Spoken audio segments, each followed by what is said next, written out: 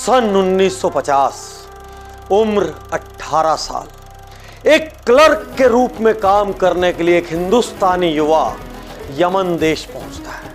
वहां पर एक बंदरगाह पर बहुत बड़ी कंपनी में बहुत छोटी सी नौकरी से शुरुआत करता है और अचानक उस देश की करेंसी रियाल गायब होने लग जाती है। चारों ओर हाहाकार मच जाता है, करेंसी कहां जा रही है। और सोर्स ढूंढने जब निकलते हैं तो पता चलता है कि बंदरगाह पर एक छोटा सा क्लर्क खुला ऑफर देकर बैठा है, जिसके पास जितनी करेंसी ले आओ। और जब गहराई से जांच की गई तो पता चला वो तेज दिमाग क्लर्क उसने पहचान लिया था कि हर सिक्के में जो सिल्वर है वो करेंसी की एक्चुअल वैल्यू से ज्यादा है। वो सबसे सिक्के लेता, उनको पिघला देता और उसकी चांदी को ब्रिटिश व्यापारियों को बेच देता। 3 महीने लग गए सरकार को पकड़ने में उस तेज बुद्धि वाले आदमी को, तब तक वो लाखों रुपया कूट चुका था। कौन था वो शख्स? धीरज लाल हीराचंद अंबानी। वो अंबानी जिसके सपने देखकर हर इंसान बड़ा होता है। वो अंबानी जिसकी चर्चा हर स्कूल, हर कॉलेज, हर घर, हर बिजनेस कोचिंग, हर मोटिवेशनल सेशन में होती है। वो अंबानी जिसके अंदर अमेरिकन स्टाइल ऑफ एंटरप्रेन्योरशिप थी। वो अंबानी जिसके अंदर जापानीज का फोकस था और सबसे तेज गुजराती दिमाग था। इन तीनों का मिश्रण। दोस्तों, आज हम बात करेंगे उन धीरूभाई अंबानी की जिन्होंने महज 3 कुर्सी और 1 टेबल से रिलायंस लगा दिया, और जिन्होंने अपना ही माल खुद को बेच दिया, जिनके बारे में लोग चोरी छुपे कहते हैं। वो अपने लिए नियम बनवाते थे और वो अपनी सरकार खुद चलाते थे। दोस्तों, उज्जवल पाटनी यूट्यूब चैनल खजाना है। खजाना यहां पर JRD टाटा से लेकर इलॉन मस्क से लेकर वारेन बुफे से लेकर अजीम प्रेमजी से लेकर आनंद महिंद्रा से लेकर सब पर केस स्टडीज है। एक एक वीडियो से इतना लेसन मिलेगा कि अगले कई सालों की ग्रोथ का रास्ता खुल जाएगा। तो आज की केस स्टडी बहुत ध्यान से देखना, क्योंकि आज की केस स्टडी में धीरूभाई अंबानी के जीवन के अनछुए पहलुओं पर बात होगी। कड़वे कड़क बिजनेस लेसन्स मिलेंगे और आज जब इस केस स्टडी के बाद आप बाहर निकलेंगे, आप बदल चुके होंगे, आपके सपने बड़े हो चुके होंगे और आप किसी सबसे बड़ी बाधा को उखाड़ने के लिए निकल पड़ेंगे, क्योंकि आप धीरू भाई की तरह ना सुनना स्वीकार नहीं करेंगे। लोग सोचते हैं कि पेट्रोल पंप पर पेट्रोल भरने वाली पहली नौकरी धीरू भाई ने की। अरे नहीं भाई, 12 साल की उम्र में धीरू भाई ने क्या किया आप सुनकर दंग रह जाएंगे। एक फल्ली तेल की दुकान से होलसेल फल्ली तेल खरीदा, सड़क पे गए रिटेल में लोगों को बेच मारा और कमाई जाकर अपनी मम्मी के हाथ में रख दी। कुछ साल बाद एंटरप्रेन्योरशिप का लेसन कैसे किया उन्होंने? माउंट गिरनार गुजरात में चाट पकौड़ों का ठेला लगा दिया। एक व्यक्ति आया, उसने बोला, शक्ल से तो तुम बड़े अच्छे घर के लगते हो यार, चाट पकौड़ा बेच रहे हो, इतना छोटा काम कर रहे हो। धीरू भाई ने उस दिन उससे कहा, कोई भी धंधा छोटा बड़ा नहीं होता, और इस सिद्धांत को उन्होंने जीवन भर फॉलो किया। दोस्तों, 12 साल की उम्र भी कोई उम्र होती है? तो यदि आप अपने बच्चों से ये कहते हैं अभी बहुत छोटी उम्र है, छोड़ दीजिए। यदि आप अपने बारे में ये सोचते हैं अभी बहुत छोटी उम्र है, छोड़ दीजिए। यदि आप सोचते हैं कोई धंधा छोटा है, तो याद रखिए, चाट पकोड़े वाला आदमी हिंदुस्तान कॉरपोरेट जगत का महानायक बन सकता है। शुरुआत कभी भी कहीं से भी आज अभी इस क्षण की जा सकती है। आज के इस पहले लेसन से मैं इस केस स्टडी की शुरुआत करता हूं। 29,000 शिलिंग मतलब $3,000 लेके 1958 में धीरूभाई अंबानी इंडिया चले आए। साथ में थी कोकिला बेन, गोद में थे मुकेश और कोकिला बेन के पेट में थे अनिल। और धन्यवाद धीरूभाई, यदि आप नहीं आते तो इस देश को मुकेश अंबानी नहीं मिलते। दुनिया के सबसे बड़े रईसों में यह देश का कोई व्यक्ति शुमार नहीं होता। दोस्तों, गुजराती दिमाग था। सबसे पहले गुजरात की मिट्टी छुएगा। गुजरात पहुंचे, सौराष्ट्र पहुंचे और वहां पर उन्होंने ऑटोमोबाइल स्पेयर्स का बिजनेस करने का निर्णय लिया। उनके एक दोस्त ने थोड़ी देर बाद की दोस्त हिल गया। दोस्त ने बोला, भाई ये ऑटोमोबाइल के धंधे में बहुत नुकसान है, छोड़। तेरी बुद्धि बड़ी है, तू बड़ा करने बना है, बड़ी मंडी में जा। और वहीं पर धीरू भाई को बात जच गई। उन्होंने बोला, बड़ा करना है तो बड़ी मंडी में जाना पड़ेगा। आज आपसे कहना चाहता हूं, यदि आपको लगता है ना आपके में टैलेंट है, यदि आपको लगता है आपके आइडिया में दम है, यदि आपको लगता है कि कुछ बड़ा करना है, इतिहास रचना है, छोटे शहरों से बाहर निकलो, बड़ी मंडियों तक पहुंचो, जैसे धीरूभाई ने मुंबई का रुख किया। एक फोन, एक टेबल और 3 कुर्सी, 350 स्क्वायर फीट मस्जिद बंदर में इन्होंने अपने सेकंड कजिन चंबक लाल जी के साथ मिलकर ऑफिस खोला। किसका ऑफिस? दिल थाम लीजिए, आज जो रिलायंस है उसका ऑफिस। और ऑफिस इतना बड़ा था कि कोई गेस्ट आ जाए, मिलने वाले आ जाए, मीटिंग के लिए आ जाए, तो खुद धीरूभाई उठ के यूं टहलने लग जाते थे और टहलते टहलते यूं दिखाते थे सोच रहे हैं, बात कर रहे हैं, जबकि असलियत ये थी वहां पर बैठने की जगह कम थी, कुर्सियां कम थी। लेसन क्या है? आज छोटी शुरुआत की जा सकती है। हो सकता है आज आपके पास ऑफिस के लिए स्पेस ना हो, आइडिया बड़ा होना चाहिए। हो सकता है आज आपकी टीम बड़ी ना हो, सोच बड़ी होनी चाहिए। हो सकता है आज आपके पास साधन नहीं हो, लेकिन सपने बड़े होने चाहिए। जिनके भी बिजनेस में पार्टनर्स हैं, जो भी ज्वाइंट फैमिली बिजनेस कर रहे हैं, इस हिस्से को बहुत ध्यान से सुनिए। धीरूभाई अंबानी का पार्टनरशिप का बिजनेस था। दमानी उनके पार्टनर थे। धीरूभाई अंबानी की स्पीड बहुत तेज है और दमानी थोड़ा डर डर के, रुक रुक के, सोच सोच के व्यापार करने वाले। एक बार धीरूभाई को लगा यान का रेट बढ़ेगा। उन्होंने उसको होल्ड करना स्टार्ट कर दिया, स्टोर करना, स्टॉक करना स्टार्ट कर दिया। स्टॉक बढ़ गया। दमानी घबरा गए। उन्होंने धीरूभाई से कहा एक्सपोजर कम करो। धीरूभाई ने समझाने की कोशिश की, दमानी नहीं माने। दोनों के बीच सोच का गैप था, दोनों के बीच स्पीड का गैप था। नॉर्मल बिजनेस ओनर क्या करता? अब यार पार्टनर नहीं मान रहा है तो क्या करें, छोड़ो, जाने दो। धीरूभाई सुनने वालों में से नहीं थे। क्या किया उन्होंने, और ये किस्सा सुनाते वक्त मेरे अंदर गुदगुदू सी हो जाती है। उन्होंने खुद को माल बेच मारा और इसको सीक्रेट रखा। दमानी को उन्होंने ये दिखाया सारा माल बेच दिया है, लेकिन एक्चुअली उन्होंने वो माल सारा का सारा खुद को बेच दिया था। 3-4 हफ्ते बाद यान का रेट बहुत तेज हो गया। उसके बाद उन्होंने दमानी जी को असलियत बताई और एक बात कही, बिजनेस नहीं आता तो बीच में हस्तक्षेप मत करो। If you don't know business, don't interfere. सारी फर्में मेरी बात ध्यान से सुनो। बहुत सारे घरों में बिजनेस इसलिए स्लो हैं क्योंकि कई टैलेंटेड लोग हैं, स्पीड से जाना चाहते हैं, लेकिन कोई दूसरा उनको रोक रहा है। एक्सपेंड करना चाहते हैं, कोई दूसरा उनको रोक रहा है। नई प्रोडक्ट लाइंस लाना चाहते हैं, कोई दूसरा उनको रोक रहा है, क्योंकि सोच का फर्क है और स्पीड का फर्क है। अब आपके पास 2 रास्ते हैं। या तो आप रुक जाइए, अपने टैलेंट को जाने दीजिए, अपनी अपॉर्चुनिटीज को खो दीजिए, या चैलेंज कीजिए अपने पार्टनर को, उसके सामने खड़े होइए। और यदि वो पार्टनर नहीं माने तो क्या करेंगे? आम रहना स्वीकार कर लेंगे, चुपचाप बिजनेस को नैरो डाउन कर लेंगे? नहीं, वो करना जो धीरूभाई ने किया। उन्होंने अपने पार्टनर को उसके बिजनेस के हिस्से की कीमत देकर विदा कर दिया। कभी कभी आपको अपने पार्टनर्स को विदा भी करना पड़ेगा, ईमानदारी से सलाम भी करना पड़ेगा, क्योंकि किसी कम टैलेंटेड और स्लो आदमी को हक नहीं है कि वो ज्यादा टैलेंटेड आदमी के पैरों की बेड़िया बन जाए। अभी 2 दिन पहले एक बिजनेस कंसर्न, एक बहुत बड़ा ज्वाइंट फैमिली बिजनेस मेरे पास पर्सनल कंसल्टेंसी के लिए आया। वहां सबसे बड़ा चैलेंज क्या था?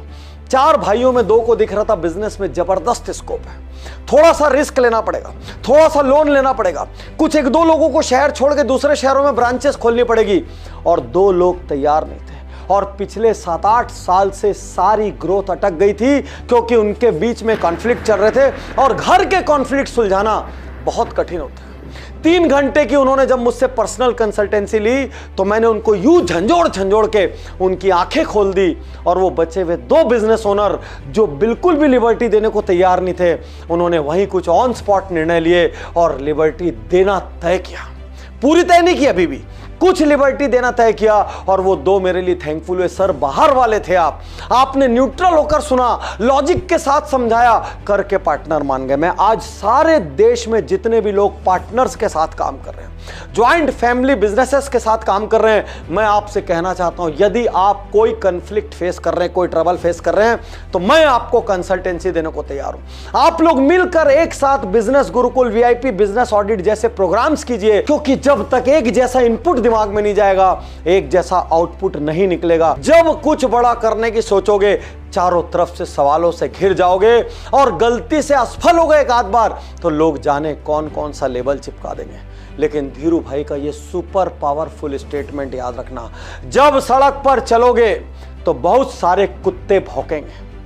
क्या करोगे? रुक के एक एक कुत्ते को पत्थर मारोगे या चुपचाप आगे बढ़ते जाओ, हाथ में बिस्किट्स का पैकेट रखो, जो भौंके मुंह में बिस्कुट डालो और आगे बढ़ो।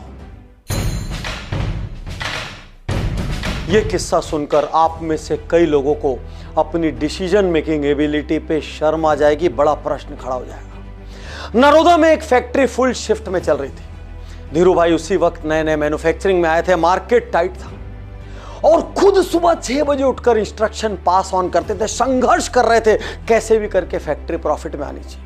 अचानक कुछ मशीनों के स्पेयर पार्ट खराब हो गए और स्पेयर पार्ट्स को जर्मनी से अर्जेंटली मंगवाना पड़े। उनकी सारी मशीनें मॉडर्न होती थी क्योंकि मैंने शुरू में आपको बताया धीरू भाई अंबानी डेडली कॉम्बिनेशन थे अमेरिकन एंटरप्रेन्योरशिप के, जापानीज टेक्नोलॉजी फोकस के और गुजराती बुद्धि के।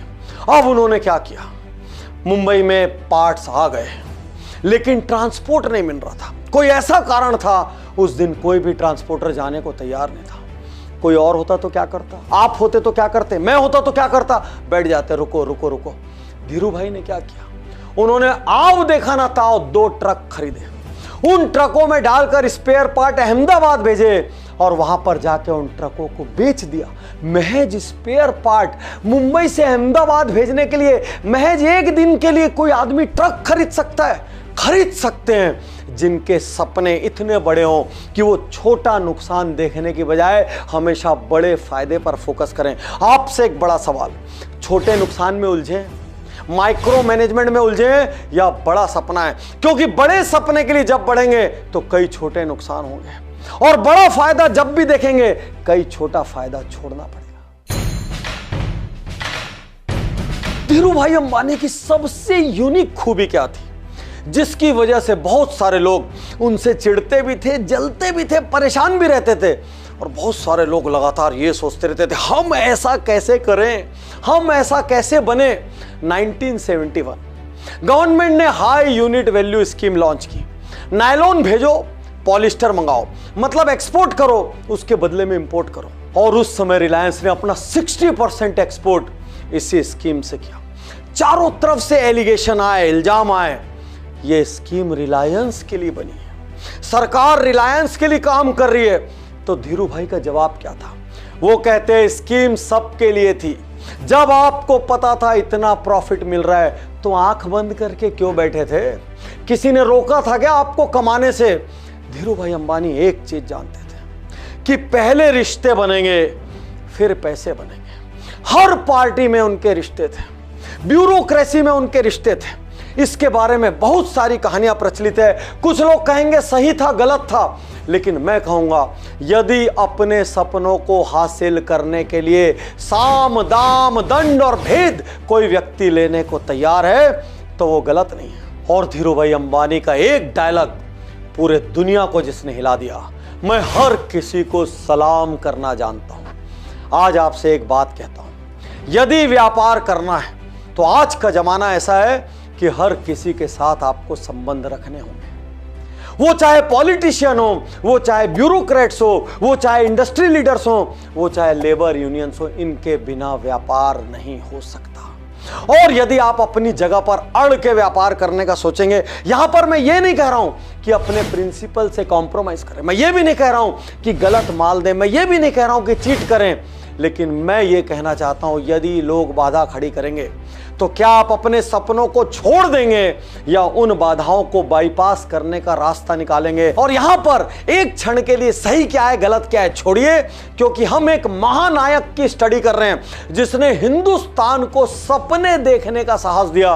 वो क्या कहता है, एक मूवी डायलॉग में सुनते हैं। सरकारी दरवाजे थे ये आप लोग के बनाए हुए,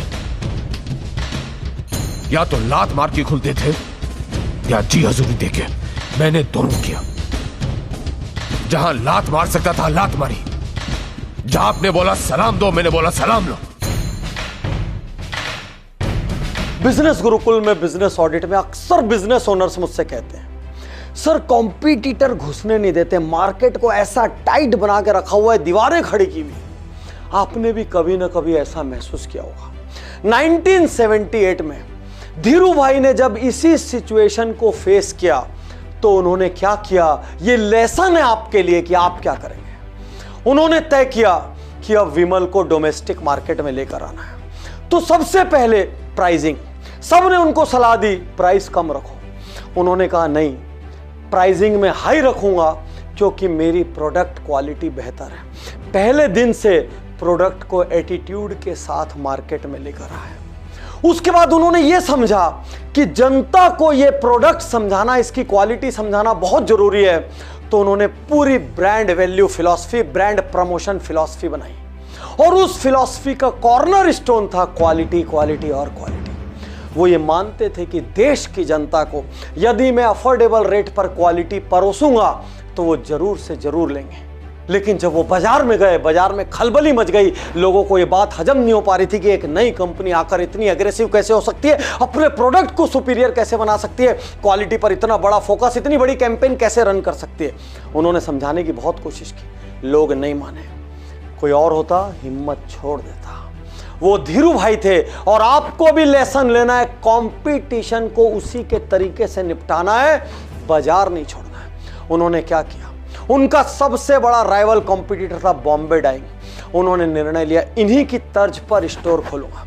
उन्होंने लोगों को बोला मैं आपको पैसे का सपोर्ट दूंगा, मैं आपको मार्केटिंग का सपोर्ट दूंगा, मैं आपको एडवर्टाइजमेंट का सपोर्ट दूंगा, मैं एक नंबर प्रोडक्ट दूंगा, माल बेचिए।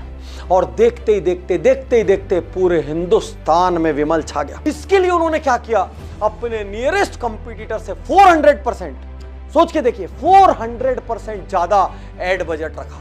और क्या हुआ, कुछ सालों में company owned 20 outlet, 20,000 retail outlet तक विमल पहुंच गया और 1000 फ्रेंचाइजी खुल गई और लोगों की जबान पर छा गया, Dressing up New India. और आज आपसे कहना चाहता हूं, यदि कंपटीशन में रहना चाहते हैं तो अपने यूएसपी को ध्यान से देखिए। प्राइस वॉर, सिर्फ प्रोडक्ट का रेट सस्ता करने से कुछ नहीं होगा। यदि मार्केट में हमला करना है, थोड़ा रिस्क लेना पड़ेगा, एग्रेसिव कैंपेन्स चलानी पड़ेगी, आपको अपने डिस्ट्रीब्यूशन चैनल को भरोसा दिलाना पड़ेगा। मैं खड़ा हूं आपके पीछे, मैं आपको हर किस्म का सपोर्ट देने को खड़ा हूं। मैं कह रहा हूं यदि उस महानायक का कुछ अंश भी हमारे भीतर आ जाए ना, हम वो एग्रेसिव व्यापार कर सकते हैं जिसकी कल्पना भी नहीं की जा सकती और कोई शहर, कोई देश, कोई बाधा नहीं रहेगी। दुनिया के इतिहास में पहली बार हो रहा था, हजारों लोग एक स्टेडियम में बैठे थे, जमा थे, मैच देखने के लिए नहीं थे, रैली देखने के लिए नहीं थे। उनकी गोद में बच्चे थे, हाथ में टिफिन था, आंखों में उम्मीद थी और सब इंतजार कर रहे थे अपने मसीहा का। कौन था मसीहा, क्या कह रहा था वो? उसने उस दिन आवाज लगाई, अलख जगाई, बनना चाहते हो दुनिया की सबसे बड़ी कंपनी।